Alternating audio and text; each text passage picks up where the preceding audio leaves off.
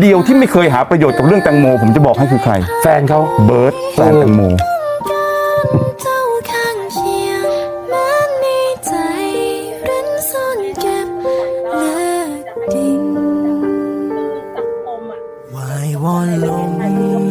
ไม่มีคอมเมนต์ต่อ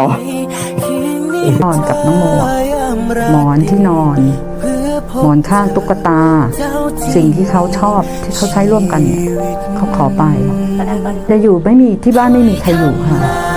ไม่มีใครอยู่มาหลายวันแล้วตั้งแต่น้องโมเสียไม่สุดท้ายมอบแก่กันและเฝ้ารอวันที่